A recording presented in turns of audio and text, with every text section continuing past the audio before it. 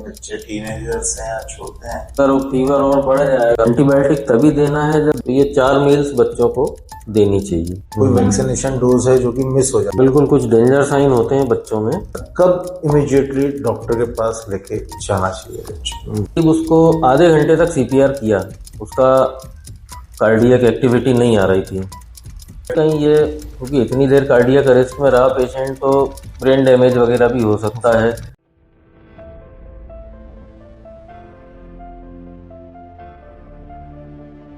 नमस्ते एवरीवन, मैं राज Rajput, health care consultant, आप सभी का एक बार फिर से स्वागत करता हूं द डॉक्टर्स बेंच में। अगर आप पेरेंट्स हैं तो आप रोज कुछ ऐसी गलती करते होंगे जो आपके बच्चों की हेल्थ पे इफेक्ट करता हो। इन सभी चीज़ों को, क्या गलतियां हम करते हैं, इन सभी को जानने के लिए आज हमारे साथ मौजूद हैं डॉक्टर सौरभ जोशी सर, जो कि डिस्ट्रिक्ट हॉस्पिटल सागर में कंसल्टेंट है। नमस्ते सर। नमस्ते सर, आपके बारे में आप प्लीज़ हमारे दर्शकों को बताएं कि आपका कैसा सफ़र रहा, क्या कैसे आपने मेडिकल फील्ड को चूज़ करा जी। तो प्लीज़ सर। नमस्कार, मैं डॉक्टर सौरभ जोशी। मैं यहाँ डिस्ट्रिक्ट हॉस्पिटल में जो नियोनेटोलॉजी यूनिट होती है उसमें मैं इंचार्ज हूँ, और वहाँ पे एज ए पीडियाट्रिशियन शिशु रोग विशेषज्ञ के रूप में मैं कार्यरत हूँ। मैंने MBBS Gandhi medical college Bhopal से किया था, और उसके बाद मैंने स्पेशलाइजेशन किया था as a child specialist Rewa medical college से।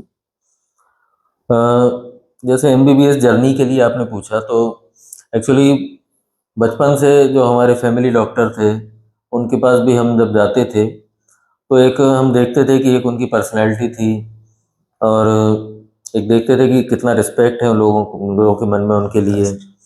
और हम जाते थे और ये कॉन्फिडेंस होता था कि भाई डॉक्टर साहब हमारा ट्रीटमेंट करेंगे, और सिम्टम्स बताते थे और उन्होंने दवाई लिखी और शाम तक बढ़िया। तो लगता था कि भाई ये मतलब डॉक्टर ऐसा क्या कर लेते हैं, तो वो चीज़ कैसे इंस्पायर करती symptoms थी। उनके कैसे इलाज हाँ, करते मतलब ये इनको कैसे पता है कि ये दवाई देखी और बस उन्होंने थोड़ा सा पूछा और और ठीक हो गए हम।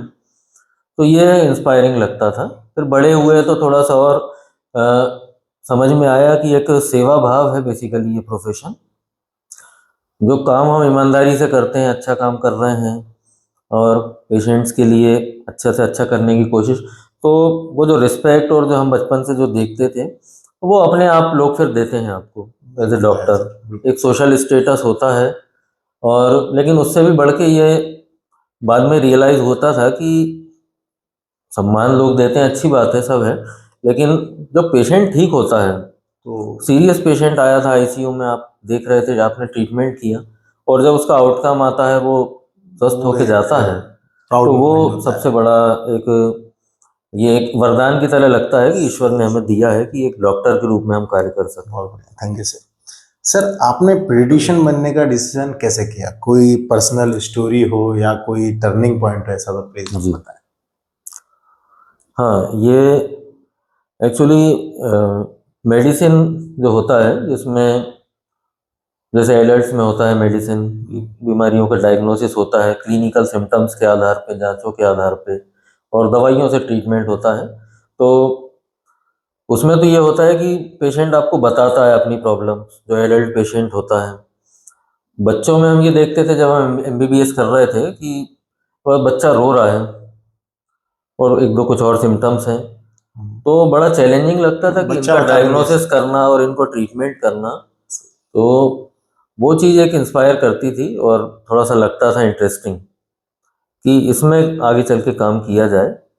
तो वो एक मेरे को उसमें था एक रीज़न कि मैंने एज ए पीडियाट्रिशियन जो है अपना स्पेशलाइजेशन किया, और उसी के रूप में अब मैं आगे अपना कार्य कर रहा हूँ और पहले से बेहतर करने की कोशिश कर रहा हूँ। बहुत अच्छा कर रहे हैं सर। वैसे सर, आपका MBBS या स्पेशलाइजेशन जब आप कर रहे थे, जी। जब आपने MD पीडियाट्रिशियन किया था, उस टाइम का कोई ऐसा फेज जो आपको बहुत टफेस्ट लगा हो या उससे आपने वापस से ओवरकम किया हो, वो कैसे किया और क्या वो फेज था? जी, देखिए MBBS अपने आप में पूरी जर्नी टफ होती है, क्योंकि बड़ा वास्ट सिलेबस होता है और हार्ड वर्क चाहिए होता है बहुत। लेकिन चूंकि शुरू से एक पैशन था कि एक डॉक्टर के रूप में हमको, क्योंकि कई लोगों को हमने ऐसे एग्जाम्पल्स थे जो इंस्पायर करते थे।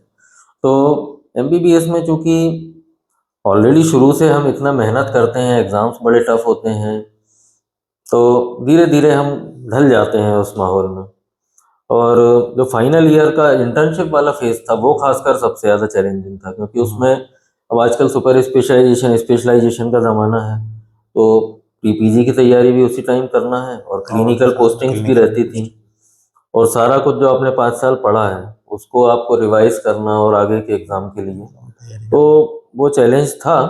लेकिन जब लक्ष्य सामने दिख रहा था हमें, तो वो चैलेंज हम ओवरकम कर सके। बहुत बढ़िया सर। सर आपका इतने सारे पेशेंट देखे होंगे आपने आपके एमबीबीएस के बाद, और पीडियाट्रिशियन जब आपने अपना एमडी कंप्लीट किया एज अ स्पेशलिस्ट, उसके बाद कोई ऐसा केस जो आपको याद है या जिसमें कुछ ऐसा मोमेंट था कि हाँ ये कुछ इसको कट कर कैसे करेंगे? सर आपने एमबीबीएस के दौरान कई पेशेंट देखे होंगे, या उसके बाद जब आपकी पोस्टिंग हुई आफ्टर स्पेशलाइजेशन आपने बहुत सारे पेशेंट देखे होंगे। आपका जो पहला केस था वो आपको याद है, या उसमें आपको कैसा एक्सपीरियंस रहा आपके पहले केस में? पहला केस, जी हाँ, पीडियाट्रिक आईसीयू में मैं पोस्टेड था उस टाइम, और एक जो स्नेक बाइट का केस था वो आया था, और वो पेशेंट बिल्कुल एबनॉर्मल बिहेवियर, अनकॉन्शियस, और मतलब थोड़ा सा प्रेजेंटेशन उसका ऐसा था कि एकदम से समझ में नहीं आ रहा था कि ये क्या प्रॉब्लम है। फिर जो उसके परिजन थे उन्होंने बताया कि इसको ऐसा ऐसा किसी अज्ञात कीड़े ने काट लिया है। तो फिर जो कि हमारे सीनियर्स भी थे उस टाइम, उन्होंने सबने मिलके फिर उसका ट्रीटमेंट शुरू हुआ उसी लाइन पे, ये सस्पेक्टेड स्नेक बाइट, क्योंकि उस एरिया में काफ़ी ये केसेस आते थे उस समय, जुलाई अगस्त की बात थी। तो उस पेशेंट को, क्योंकि वहाँ पे सांस लेने में दिक्कत होने लगती है ऐसे पेशेंट को, न्यूरोटॉक्सिक जो स्नेक बाइट होता है, अब उसको वेंटिलेट करने की ज़रूरत थी और थोड़ा रिसोर्सेज की समस्या थी। तो अम्बू बैग जो होता है उससे उसके परिजनों ने ही उसको, क्योंकि वेंटिलेटर उसको, बस ऐसे पेशेंट को अगर हम आर्टिफिशियल अगर ब्रीदिंग दें और एंटी स्नेक वीनम दे दें, तो जब तक उसका टॉक्सिन का असर खत्म होता है तो वो अपने आप सांस लेने लगता है, लेकिन उस फेज में उसको रेस्पिरेटरी सपोर्ट चाहिए। तो उसके पेशेंट्स के परिजनों ने 2 दिन तक बारी बारी से 1-1, 2-2 घंटे बैठ के उसको अम्बू बैग से सांस दी, और वो लड़की थी, और बहुत बढ़िया उसका आउटकम हुआ। 2 दिन बाद वो अपने से सांस लेने लगी। तो मतलब वहाँ समझ में आया कि डेडिकेशन क्या चीज़ है, डॉक्टर का भी और परिजनों का था। अच्छा तो वो था सर, ये बिल्कुल वो बहुत अच्छा उसका आउटकम था। बढ़िया sir, thank you sir. Sir career का सबसे प्राउड मोमेंट कौन सा था, कैसा रहा, या कोई स्टोरी शेयर करेंगे आप, ऐसा कोई केस अगर आपके सामने आया हो? हाँ, एक्चुअली प्राउड मोमेंट तो जब भी कोई ऐसा पेशेंट जो सीरियस भर्ती हुआ और ठीक होके गया है ना। अच्छा, बच्चों में ये रहता है कि जैसे डिलीवरी के समय, जन्म नवजात शिशु उस समय हुए सीरियस थे, अब कई बार वो ज़्यादा अंतराल के बाद आते हैं। एक पेशेंट थे हमारे जो, मतलब अभी तो वो यूएस में शिफ्ट हो गए थे, तो ट्विंस थे उनके। वो दोनों बच्चे इतने सीरियस थे, एक्सट्रीमली लो बर्थ वेट थे, तो लगभग 15 से 20 दिन वो एनआईसीयू में रहे थे हमारे यहाँ, और उनका काफ़ी मतलब कॉम्प्लिकेटेड केस था, बहुत मुश्किल से मैनेज हुए थे। लेकिन जब वो बाद में मिले तो करीब 4 साल बाद मिले वो, तो उनका फ़ोन आया कि अरे सर हम वहाँ पे उनकी डिलीवरी हुई थी और ऐसा ऐसा था। तो मैं भी एकदम से याद नहीं आ रहा था। फिर आके उन्होंने दिखाया तो वो बच्चे हो गए थे 14-15 किलो की, जो 1-1 किलो के बर्थ हुए थे। तो वो बड़ा प्राउड मोमेंट था कि यार मतलब ये बच्चे लगभग, मतलब ये समझ लो कि उनकी लाइफ और डेथ के बीच में एक तरह से जो भी हमने प्रयास किया ईश्वर की कृपा से अच्छा हुआ, तो बस वही था। मतलब आज ये ऐसे दिख रहे हैं, यूएस में रह रहे हैं, बहुत बढ़िया अच्छा चल रहा है, और नहीं तो कुछ भी हो सकता था। तो वो जो डिफरेंस मेरे को उस समय रियलाइज हुआ कि उस समय में और अब में क्या अंतर आया है, तो वो बड़ा अच्छा लगा था उसको। बर्थ के टाइम पे पीडियाट्रिशियन का होना और उस जी। समय बच्चे की क्या स्थिति है उसको जांचना और सही समय बिल्कुल, पे सही बिल्कुल। इलाज मिलना, मतलब कि आप लोगों का होना बहुत जरूरी हो जाता है जी। इस जगह पे। सर ऐसा तो आपके पास बहुत सारे केसेस होंगे, लेकिन हम कुछ केस चाहते हैं कि हमारे व्यूअर्स तक पहुंचे, इसलिए कहानियां हम सुनेंगे आज आपसे, बहुत सारी आपके केस होगी। तो सर कोई ऐसा केस जहां टाइमली ट्रीटमेंट मिला और किसी बच्चे की लाइफ चेंज हो गई हो?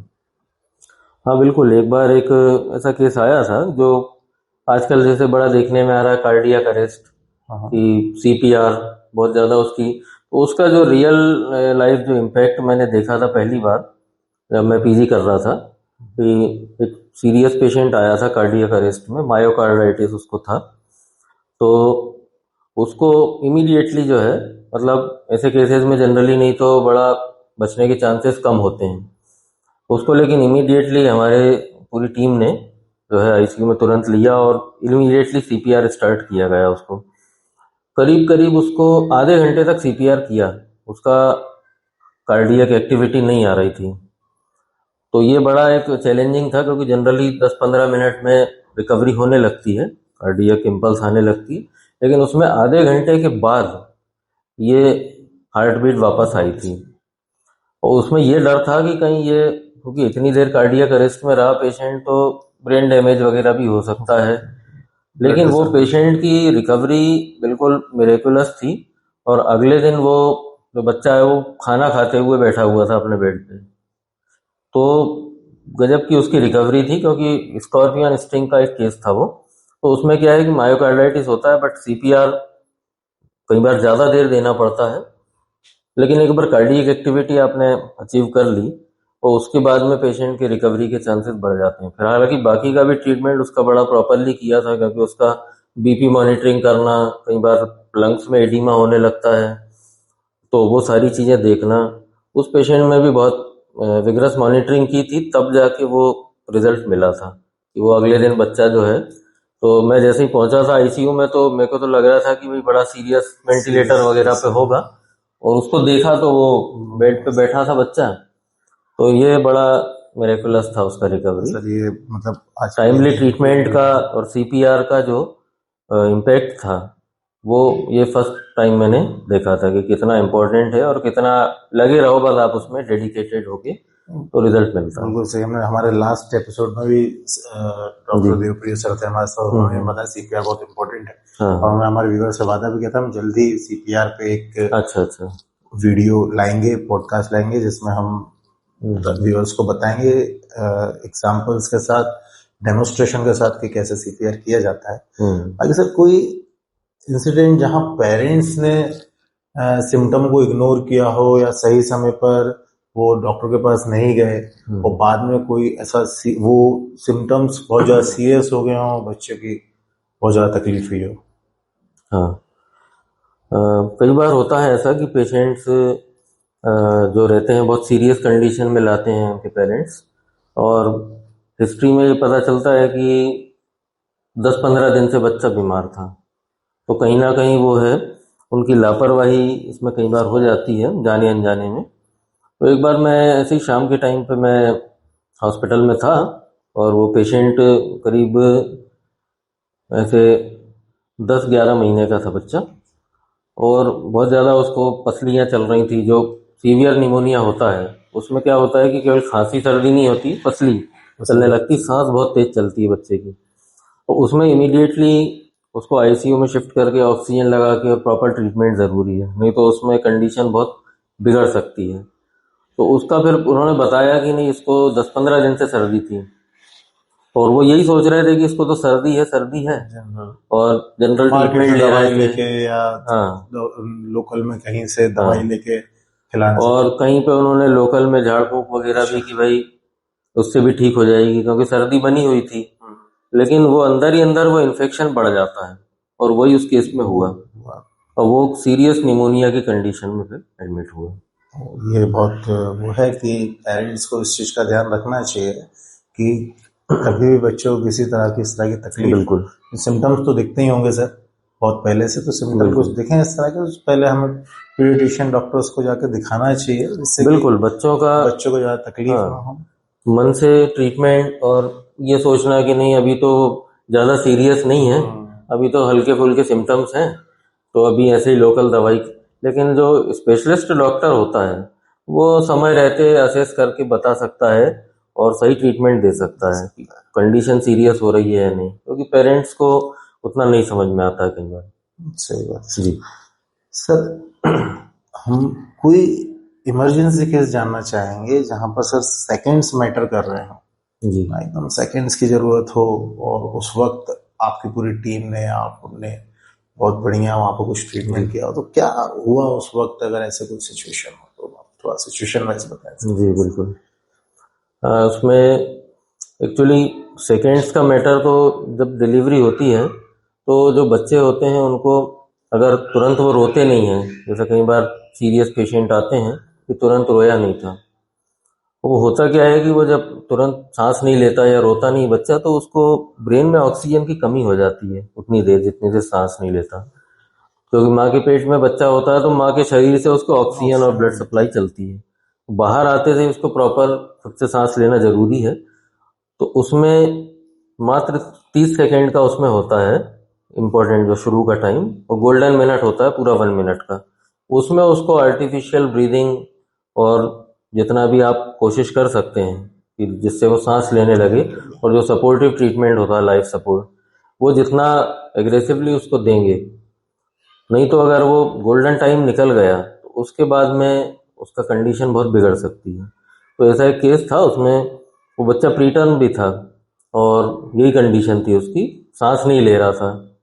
तो हम पहुंचे ड्यूटी पे तो सामने आया वो कि ये डिलीवरी होके आया है, कहीं रास्ते में डिलीवर हो गया था शायद, या कहीं से रेफर हुआ था। तो उसको देखा तो वो तो एपनिया में था, मतलब एपनिया मतलब बच्चा सांस ही नहीं ले रहा है, नीला पड़ रहा है।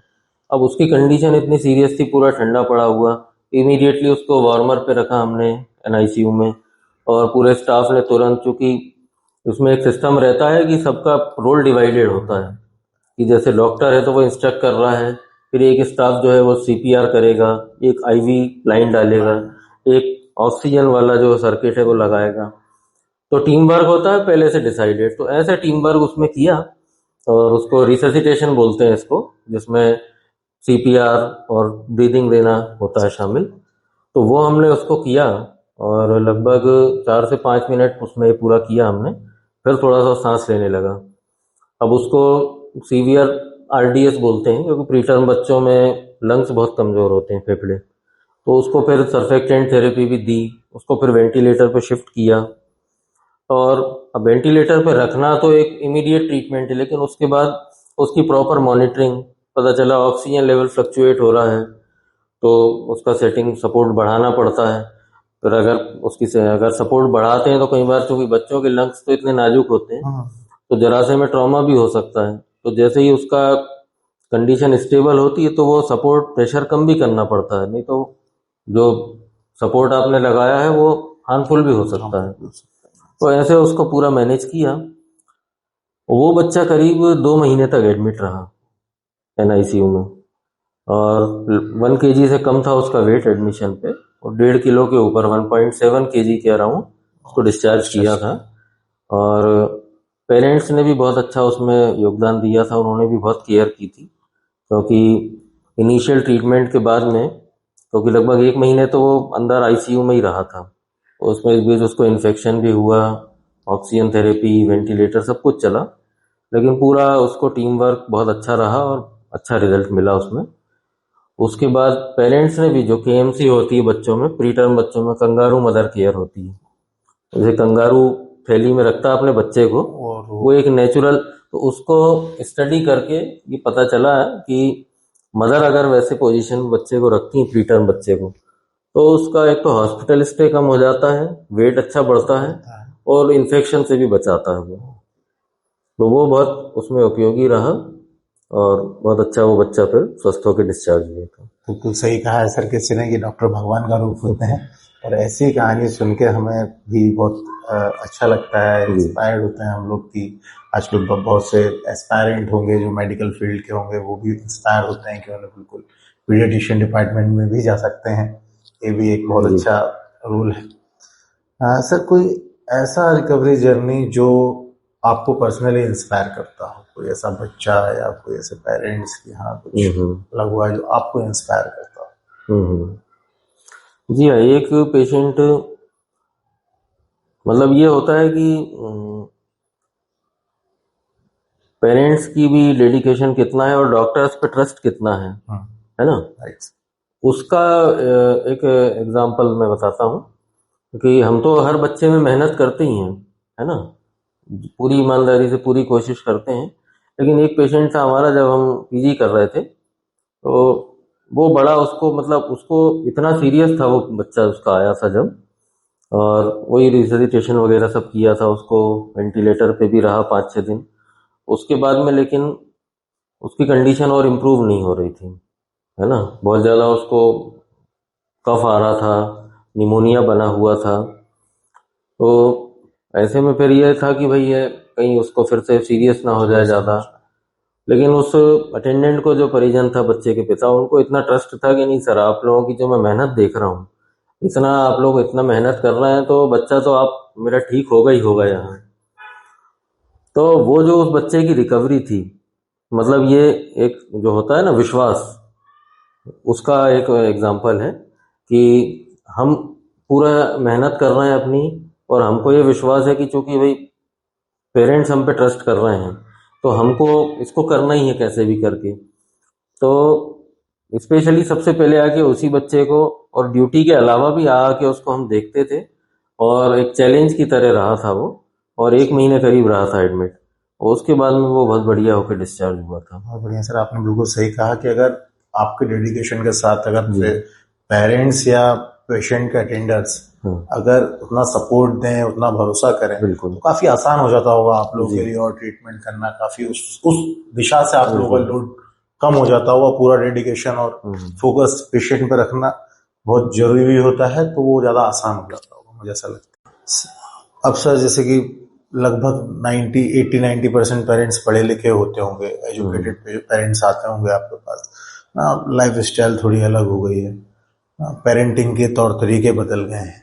तो इससे रिलेटेड मैं कुछ सवाल आपसे पूछूंगा जी। कि क्या आपने ऐसे केस देखे हैं जहां पर एक्सेसिव स्क्रीन के कारण, एक्सेसिव स्क्रीन टाइम के कारण बच्चों के हेल्थ को अफेक्ट किया हो?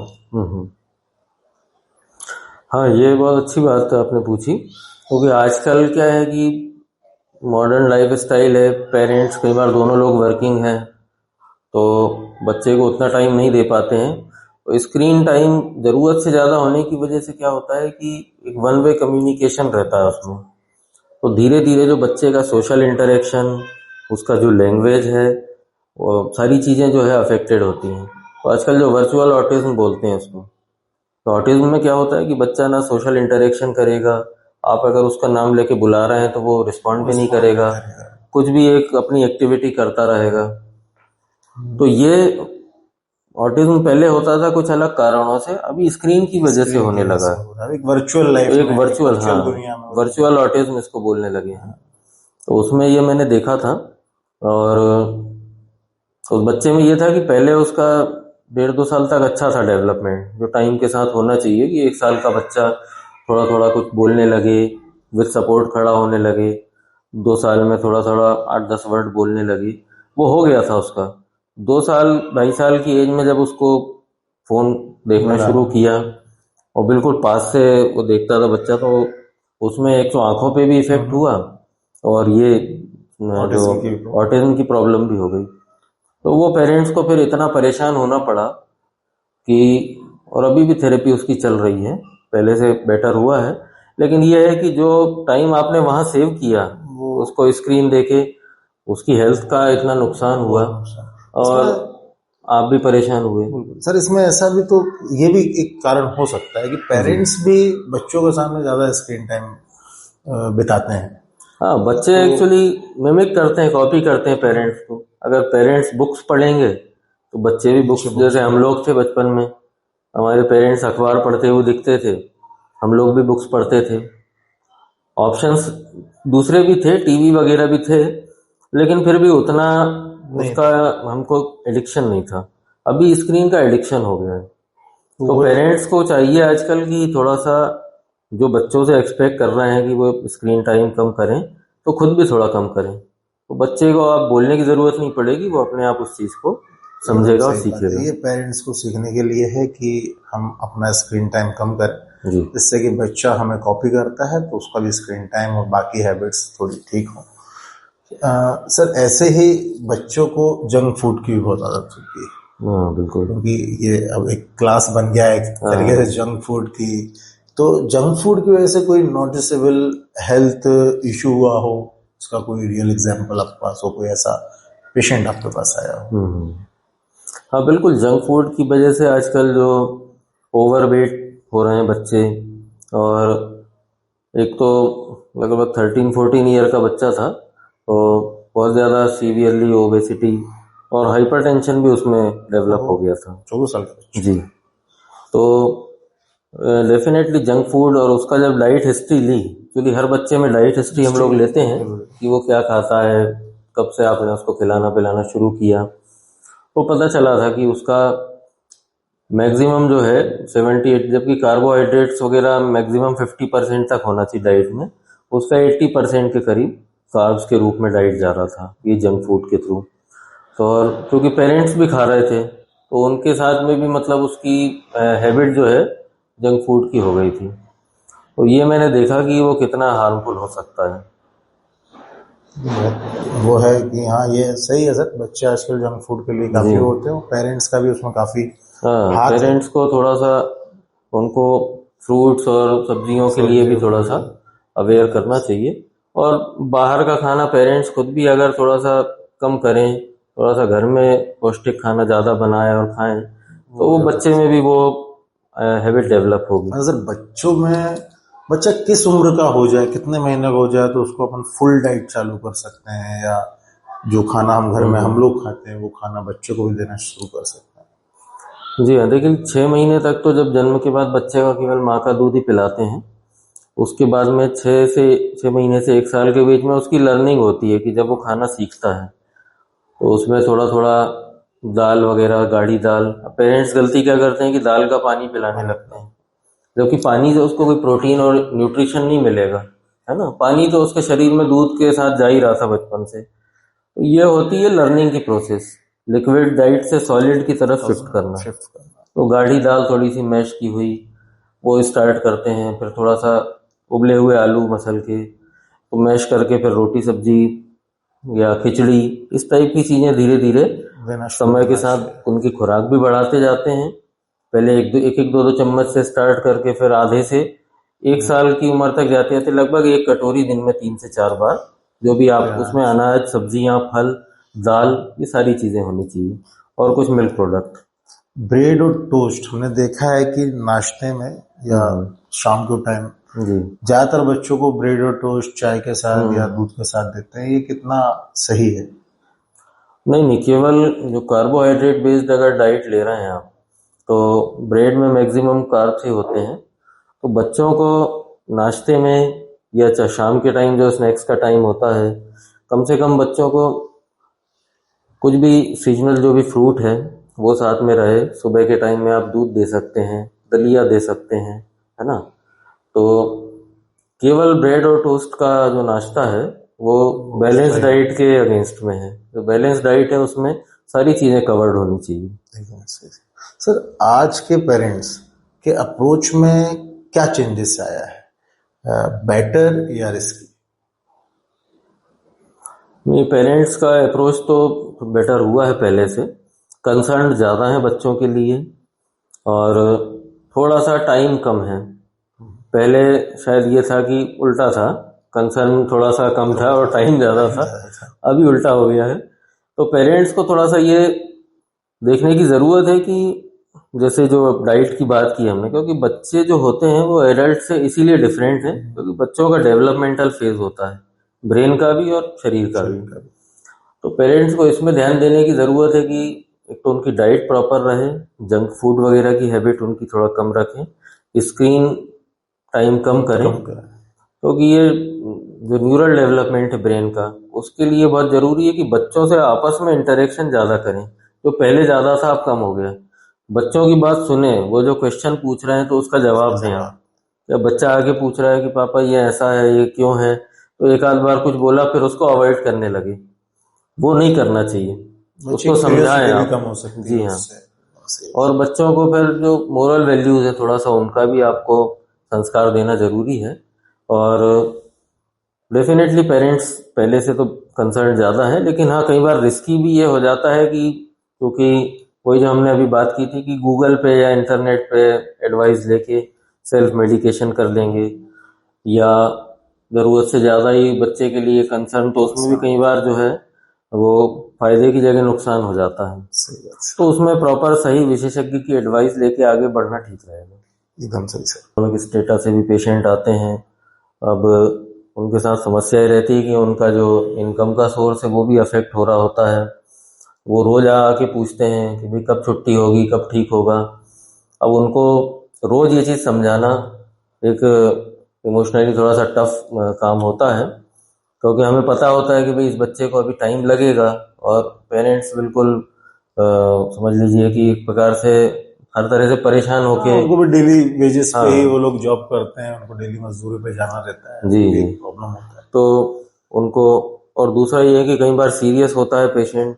अब उसको थोड़ा सा इस तरीके से समझाना कि उसको बात कन्वे भी हो जाए, लेकिन बहुत ज़्यादा वो डर ना जाए, घबरा ना जाए, क्योंकि कई बार ऐसे पेरेंट्स भी रहते हैं कि थोड़ा सा आपने अगर उनको कंडीशन बताई कि भी सीरियस है ऐसा ऐसा, तो एकदम से वो इमोशनल घबरा होके जाता है। चक्कर आने लगते हैं। तो थोड़ा सा मदर्स को जनरली जो होती हैं तो एकदम से नहीं बताते हैं हम लोग, पहले जो फादर वगैरह होते हैं उनको बताते हैं कि सीरियस तो है बच्चा, लेकिन अभी उम्मीद है, ठीक होने के लिए कोशिश कर रहे हैं, ऐसे बच्चे ठीक हो जाते हैं। तो पहले थोड़ा सा उनको हम पॉजिटिव बताते हैं, ताकि उनको थोड़ा सा घबराहट उनकी जो है एंजाइटी कम हो जाए, और उसके बाद फिर जैसी कंडीशन होती है। दूसरा ये होता है कि कई बार जैसे अनएक्सपेक्टेड कुछ आउटकम आ जाता है सीरियस, तो उसमें रात में 2 बजे भी ऐसा हो जाता है कभी, उन बच्चे को नहीं बचा पाए। उसमें पेरेंट्स को बड़े अच्छे से धीरज से समझाना, सारी बातें उसको बताना कि भाई ऐसी ऐसी स्थिति थी, सीरियस बीमारी थी। कई बार इन बीमारियों में सारा कुछ करने के बाद भी आउटकम पूरी तरह से हमारे हाथ में नहीं होता है। तो उस समय ये होता है चैलेंज कि भाई हमें भी बुरा लग रहा होता है कि हम पेशेंट को नहीं सेव कर पाए, और साथ ही साथ लेकिन हमको पेरेंट्स को भी समझाना होता है, तो वो एक इमोशनली चैलेंजिंग कंडीशन होती है। तो अच्छे से टाइम दे के प्रॉपर उसको एक एम्पैथी के रूप में उसको समझाना पेशेंट को, तो ये थोड़ा सा कुछ इमोशनली चैलेंजिंग कंडीशंस सामने आती हैं, बहुत ही और टफ मोमेंट अक्सर अक्सर होता है ये। बहुत ही टफ मोमेंट होता होगा सर ये जी। आपके लिए। सर कुछ एडवाइजेस थ्रू योर एक्सपीरियंस हम जानेंगे कि अगर आप अपने यंगर सेल्फ को एडवाइस देना चाहते हैं तो आप क्या कहना चाहेंगे प्लीज। जैसे मैं याद करता हूँ कि जब यंगर मतलब जब मैं पीजी कर रहा था, तो उस समय ये था कि जो पीडियाट्रिक ब्रांच है, एक्चुअली जो बताया मैंने कि बच्चे जो कि बता नहीं पाते हैं उनको असेस करके ही ट्रीटमेंट करना होता है। तो क्योंकि नए नए जब होते हैं, हम सीख रहे होते हैं, तो कई बार झल्लाहट होती है, समझ में नहीं आ रहा, बच्चा रो रहा है। तो जो यंग जैसे जो लोग डॉक्टर्स हैं जो पीडियाट्रिक्स में अभी कर रहे हैं स्पेशलाइजेशन, तो उनको मैं एडवाइस दूंगा कि इसमें थोड़ा सा पेशेंस रखें, और बच्चों को थोड़ा सा अपना एंगर वगैरह थोड़ा कंट्रोल करना पड़ता है, क्योंकि बच्चों के केस में हमको बच्चों के साथ घुलना मिलना और उनको समझ के ही ट्रीटमेंट करना होता है। और जो कि सीख रहे होते हैं तो उसमें हाँ अपने सीनियर्स की एडवाइस लें, अपने कलीग्स की एडवाइस लें, थोड़ा सा इंटरेक्ट करें। दूसरा ये रहता है कि जो केसेस होते हैं, नंबर ऑफ केसेस जितने ज़्यादा आप जब देखते हैं स्टडी के समय लर्निंग फेज में, तो चाहे आपकी ड्यूटी आईसीयू में है, चाहे नियोनेटल आईसीयू में है, बड़ा वार्ड्स में भी देखें, ओपीडी में भी, जहाँ पे भी इंटरेस्टिंग केसेस आपके फ्रेंड्स बताते हैं उनको देखें, स्टडी करें, क्योंकि कई बार ऐसा होता है कि आप यूनिक केसेस भी कई बार जो होते हैं जो ऐसे फ्रिक्वेंटली नहीं आते हैं, हो सकता है उस समय आया, फिर आपको जब आपका पूरा पीजी हो गया लेकिन वैसा दोबारा केस नहीं देखने मिला, तो वो आपको जो वैरायटी ऑफ केसेस होता है वो एक्सपीरियंस बहुत अच्छा देता है। तो आप जब डायरेक्टली फील्ड में जाते हैं तो ऑलरेडी आप एक फुल्ली एक्सपीरियंस डॉक्टर के रूप में जाते हैं, तो आपको फिर अलग से बहुत ज़्यादा किसी से सीखने की उसमें आवश्यकता नहीं होती है। और दूसरा, क्योंकि बहुत हार्डशिप होती है, ड्यूटीज़ भी करनी होती है, पढ़ाई भी करनी होती है, तो ये होना चाहिए कि थोड़ा सा आपको हिम्मत रखनी पड़ती है, थोड़ा सा डाइट अपनी सही रखना होता है, जो भी रेस्ट का टाइम होता है तो उसमें प्रॉपर रेस्ट लें, और थोड़ा स्मार्ट वर्क उसमें करना सीखना चाहिए। अब आजकल चूँकि बहुत सारा सोर्स अवेलेबल है स्टडी के लिए, तो वहीं के वहीं आप पढ़ भी सकते हैं केसेस के बारे में, है ना। बेड साइड स्टडी ज़्यादा करें, जो भी ऐसे पेशेंट्स रहते हैं, जो आपके सीनियर्स ने ट्रीटमेंट चेंज किया है तो क्या चेंज किया, उसका क्या रिजल्ट है, नया इसमें क्या ट्रीटमेंट अभी आया है, जो नई रिसर्च चल रही है उसमें क्या चल रहा है, तो वो भी थोड़ा अपडेट रहें। और जितना ज़्यादा हो सके अपनी ब्रांच में जो है आप अगर और आगे बढ़ सकते हैं, सुपर स्पेशलाइजेशन वगैरह भी कर सकते हैं, तो कोशिश करें कि वो भी कर पाएँ, क्योंकि उसका समाज पे भी बहुत अच्छा उसके लिए इम्पैक्ट है, और आपके खुद के लिए भी एज ए डॉक्टर, क्योंकि आप एक पर्टिकुलर फील्ड में फिर आप जब आप काम करेंगे तो और अच्छा आप रिजल्ट दे पाएंगे। तो ये मैं एडवाइस करूँगा। मुझे लगता है सर जो भी डॉक्टर एस्पायरेंट्स हैं उनको काफ़ी यूज़फुल रहेगी आपकी ये एडवाइस। सर कोई ऐसी गलती जो पेरेंट्स, जो ज़्यादातर पेरेंट्स करते हैं और उनको एक्चुअल में उसे अवॉइड करना चाहिए बच्चे के भविष्य के लिए या बच्चे के हेल्थ के लिए, तो प्लीज़ आप इसको थोड़ा सा ब्रीफ कीजिए। देखिए, पेरेंट्स जो सबसे कॉमन जो गलती है, वो पेरेंट्स ये भूल जाते हैं कि बच्चा वही सीखेगा जो वो पेरेंट्स को और समाज को करते हुए देखेगा। क्योंकि पेरेंट्स, घर जो है पहला जो स्कूल है बच्चे का, वो घर है। तो पेरेंट्स को जो बच्चा देखेगा करते हुए, जो बातें वो कर रहे हैं, जो वो उनका आहार है, जो उनका रूटीन है, वो उसी से इंस्पायर होगा और फॉलो करेगा। तो पेरेंट्स खुद तो दिन भर फ़ोन देख रहे हैं और बच्चे को डांट रहे हैं, भैया तुम मत देखो फ़ोन। खुद तो फ्रूट कभी नहीं खा रहे हैं, बच्चे को ला के रख दिया काट के पपीता, अब वो क्यों खाएगा? क्योंकि आपको उसको मनाना पड़ेगा, खिलाना। लेकिन अगर आप खुद खाते हुए दिखेंगे तो वो सीखेगा। उसके अलावा आपस में लड़ाई करना, कई बार किसी भी बात पे जो विवाद होता है, और पारिवारिक विवाद चाहे किसी भी बात पे, बच्चों के सामने वो चीज़ कभी भी नहीं करनी चाहिए। क्योंकि वही बात है अल्टीमेटली कि वो देख रहा है तो वो सीख रहा है, उसको लग रहा है कि ये तो सही है ये चीज़। अच्छा, बच्चे की मनोवैज्ञानिक जो विकास है, जो उसकी परिस्थिति है, उस पर भी इसका नेगेटिव इफेक्ट पड़ता है।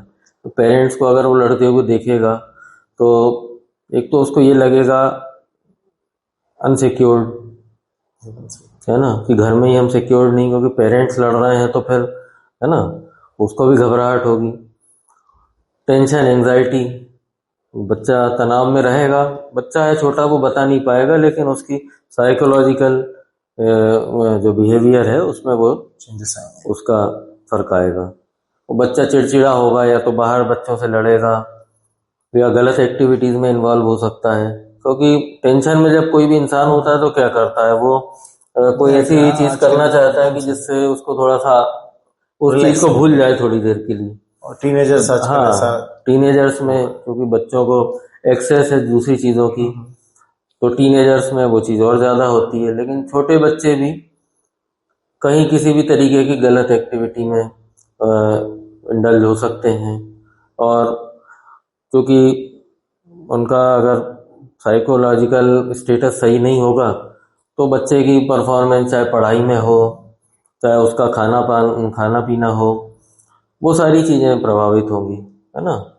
तो एक तो ये चीज़ है कि बच्चों के सामने जो पेरेंट्स का बिहेवियर है वो बिल्कुल सही रहे। बड़ों की रिस्पेक्ट करना उनको सिखाएं, जो रिलेटिव्स हैं, चाहे परिजन हो चाहे हमारे बड़े हों, तो उनका सम्मान करना, उन रिश्तों की अहमियत बच्चों को थोड़ा बताएं। और क्योंकि उनको समय देंगे, उनसे बातें करेंगे तो बच्चा भी ये सीखेगा कि हाँ हमारे पेरेंट्स हमारे बड़ों से, रिश्तेदारों से बात कर रहे हैं, उनको समय दे रहे हैं, लोग घर पे आ रहे हैं, तो बच्चा भी उस चीज़ की इम्पोर्टेंस समझेगा, तो सोशल इंटरेक्शन बच्चे का बढ़ेगा। और इसके अलावा जैसे रात में देर से सोना, क्योंकि आजकल वर्किंग पेरेंट्स होते हैं तो होता है कभी कभी, लेकिन फिर भी घर पे आके क्या होता है कि घर पे आने के बाद बच्चों के साथ बातें करें, साथ में खाना खाएं, तो बच्चों की भी खाने पीने की हैबिट जो है एक रूटीन सेट होगा कि हाँ इतनी बजे उनको उसी टाइम पे भूख लगेगी, प्रॉपर खाना खाएंगे, और सही टाइम पे रूटीन है जो सोने का और सुबह उठने का, क्योंकि बच्चों का तो सुबह स्कूल 7:30 बजे 7 बजे रहेगा ही। अब आप रात में अगर बच्चा देर से सो रहा है तो उसकी नींद पूरी नहीं होगी, तो उसका भी फिर जो है परिणाम जो है खराब होता है, स्लीप साइकिल खराब होगी जी। एकदम सही सर। थैंक यू सर, ये काफ़ी अच्छी एडवाइस थी। हमें लगता है हमारे जो भी पेरेंट्स हैं, जो भी नए पेरेंट्स हैं या जो पेरेंट्स हैं व्यूअर्स जिनके बच्चे टीनेजर्स हैं या छोटे हैं, उनको काफ़ी फ़ायदा मिलेगा एडवाइस का, और उन्हें मानना भी चाहिए। काफ़ी अच्छी बात है ये। सर कुछ शॉर्ट्स क्वेश्चंस हैं, लगभग क्विक फायर टाइप है, जल्दी जल्दी तो नहीं पूछूंगा लेकिन जल्दी जल्दी आप आंसर दे सकते हैं, जैसे कि हम जो पेरेंट्स हैं उनको बहुत सारी चीज़ें पता चलें। सर फीवर में सबसे पहले गलती जो पेरेंट्स करते हैं? हाँ, फीवर में एक्चुअली पेरेंट्स क्या है, तो फीवर उसको मेज़र नहीं करते हैं। एक थर्मामीटर रखना चाहिए घर पे और मेज़र करें। कई बार बच्चों का होता है कि सिर गर्म लग रहा है, लेकिन जो तरीका होता है फीवर नापने का, उसमें थर्मामीटर से यूज़ करके देखना चाहिए। अगर वो फीवर है तो ही उसको फीवर की दवाई दें। और कई बार ये होता है कि बच्चे को ज़्यादा फीवर है तो उसको और कंबल वगैरह उड़ा दिया कि पसीना आएगा और बुखार उतरेगा, जबकि उसमें अंदर हीट जो है उसकी गर्मी वो शरीर से निकल नहीं पाएगी। उसमें करना ये उल्टा है कि उसको स्पंजिंग करना है, गीला कपड़ा करके शरीर पोंछना ताकि जल्दी जल्दी उसका बुखार कम हो। उसमें नहीं तो अगर वो फीवर और बढ़ जाएगा अगर आपने उड़ा दिया। और तेज बुखार में कई बार बच्चों को झटके भी आने लगते हैं, तो ये पेरेंट्स गलती करते हैं। तो डॉक्टर के पास ले आना ज़्यादा सही है कि डॉक्टर के पास ही लेके जाएं, जिससे कि कुछ भी ऐसी परिस्थिति ना हो कि बाद में तकलीफ हो। हमसे सर एंटीबायोटिक की कब जरूरत होती है और कब नहीं होती है? एंटीबायोटिक आजकल ये देखने में आ रहा है कि बहुत ज़्यादा पेरेंट्स कई बार बच्चों को दे देते हैं, और उसका मेन कारण वो है सेल्फ मेडिकेशन की। या तो आपने इंटरनेट पे देख लिया या आपने पढ़ लिया इंटरनेट पे कि ट्रीटमेंट फॉर कफ कोल्ड, उसमें उसने 4-5 ट्रीटमेंट बताए, उसमें एंटीबायोटिक भी थी, बट आपको पूरा नॉलेज नहीं है ना कि, तो आपने एंटीबायोटिक भी दे दी। जबकि एंटीबायोटिक तभी देना है जब बच्चे के सिम्टम्स इस तरह के लग रहे हो कि उसको कोई बैक्टीरियल, क्योंकि वायरल में एंटीबायोटिक काम नहीं करती है, वो बैक्टीरियल इन्फेक्शन में करती है। अब बैक्टीरियल इन्फेक्शन डॉक्टर अपने एक्सपीरियंस से असेस कर सकता है, उनकी जांच करवा सकता है, उसके बाद ही एंटीबायोटिक देना चाहिए। पहले दिन से ही एंटीबायोटिक, थोड़ा सा भी बुखार आया और एंटीबायोटिक आपने किसी भी मेडिकल से लेके दे दी, तो ये नहीं होना चाहिए। एकदम डॉक्टर की सलाह लेकर ही एंटीबायोटिक देना चाहिए। बिल्कुल सही है सर। सर इम्यूनिटी स्ट्रॉन्ग करने के लिए सिंपलेस्ट तो देखिए, इम्यूनिटी के लिए एक तो सही टाइम पे सोना और उठना, और सही आहार, बैलेंस डाइट जिसमें हर तरह का अनाज, दाल, मौसमी फल, सब्जियां, ये सारी चीज़ें सम्मिलित हों, मिल्क प्रोडक्ट भी हों साथ में। और बच्चों को ये होता है कि एक तो नाश्ता, फिर लंच, एक शाम को 5 से 6 के बीच में स्नैक्स, और रात का डिनर, तो ये 4 मील्स बच्चों को देनी चाहिए। ये डाइट और उनका रेस्ट ठीक रहेगा तो इम्यूनिटी। और तीसरी चीज़ है हाइजीन, जो खाने पीने के पहले प्रॉपर हैंड वॉश करना है, बेसिक रोज़ नहाना है और सफाई से रहना है। तो ये कुछ ऐसी चीज़ें हैं कि जो इम्यूनिटी आपकी इम्प्रूव करती है। तो अगर आप बीमार पड़ेंगे बार बार तो इम्यूनिटी उससे ख़राब होती है, क्योंकि न्यूट्रिशन स्टेटस आपका ख़राब होता है। यदि सर कोई पेरेंट्स बच्चे को वैक्सीनेशन लगाने में लेट हो गया, कोई वैक्सीनेशन डोज है जो कि मिस हो जाता है, हफ्ता भर लेट हो जाता है या 10 दिन लेट हो जाता है, तो क्या उस वैक्सीनेशन को मिस कर देना चाहिए या उस वक्त भी जाके लगवा सकते हैं? जी, उसमें ये रहता है कि जैसे अगर कोई डोज मिस हो गया है तो एक पर्टिकुलर टाइम तक वो डॉक्टर डिसाइड करते हैं प्रोटोकॉल के हिसाब से। तो अगर उतना समय है कि उसको वो डोज दिया जा सकता है तो वो डोज दिया जाएगा। और फिर जो शेड्यूल्ड डोज था अगला, मान लो वो 2 तारीख को था किसी महीने की, लेकिन आप चूंकि लेट हो गए तो अगले महीने की उस वैक्सीन से 1 महीने बाद की डेट में वो शिफ्ट हो जाएगा। तो अगला डोज थोड़ा सा और लेट लग जाएगा और फिर आगे से कंटिन्यू हो जाएगा। लेकिन जनरली उसमें मिस नहीं किया जाता है, क्योंकि वैक्सीनेशन का जो है इम्यूनिटी वो तभी काम करती है जब उसको समय समय पे डोज दिया जाए और बूस्टर डोज दिया जाए। तो पेरेंट्स को हम बोलेंगे कि वैक्सीनेशन के लिए हमेशा अपने टाइम पे ही वैक्सीनेशन करवाएं, जिससे कि कोई भी वैक्सीन मिस ना हो। सर, कब जो न्यूएस्ट पेरेंट्स होते हैं, इनको बच्चे पहली बार हुआ संभाल रहे हैं तो समझ में नहीं आता है कि किस स्थिति में डॉक्टर के पास लेके जाएं, इसे कब इमीडिएटली डॉक्टर के पास लेके जाना चाहिए बच्चे? जी हाँ, बिल्कुल। कुछ डेंजर साइन होते हैं बच्चों में, जैसे छोटे बच्चे हैं, अगर मान लो बिल्कुल सुस्त हो रहे हैं, अगर आप बात कर रहे हैं लेकिन बच्चा थोड़ा बहुत आँख खोल रहा है फिर सो जा रहा है, लिथार्जिक है बच्चा इसका मतलब, या फिर बहुत ज़्यादा डिहाइड्रेशन हो रहा है, दस्त हो रहा है, बहुत ज़्यादा डिहाइड्रेशन है ना, चमड़ी बच्चे की बिल्कुल जो है वो ड्राई हो रही है और आंखें धस रही हैं अंदर, तो मतलब सीवियर डिहाइड्रेशन है। या पसलियाँ चल रही हैं, सांस बहुत तेज ले रहा है बच्चा, तो छाती में गड्ढे पड़ते हैं जिसको पसली चलना कहते हैं।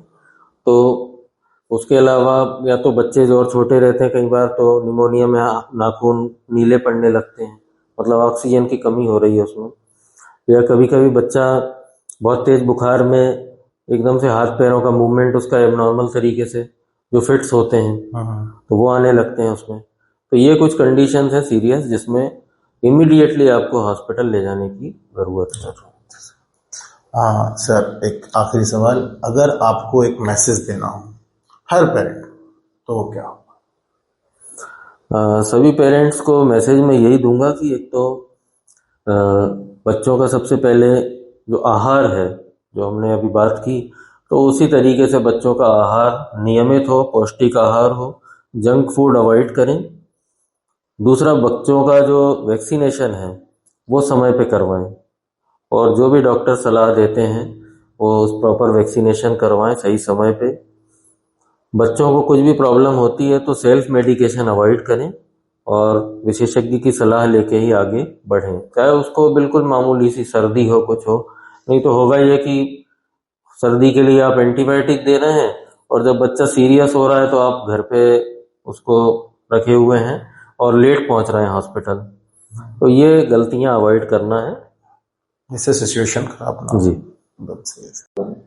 हम आपका सर तहे दिल से धन्यवाद करते हैं और आपने जो हमें एक्सपीरियंस शेयर किया ये हमारे व्यूअर्स के लिए काफ़ी यूजफुल होगा। और इसी के साथ हम आज के एपिसोड को यहीं पर विराम देते हैं। मैं राज राजपूत और आप देख रहे थे द डॉक्टर बेंच। तो प्लीज़ लाइक करें, शेयर करें, सब्सक्राइब करें। Thank you.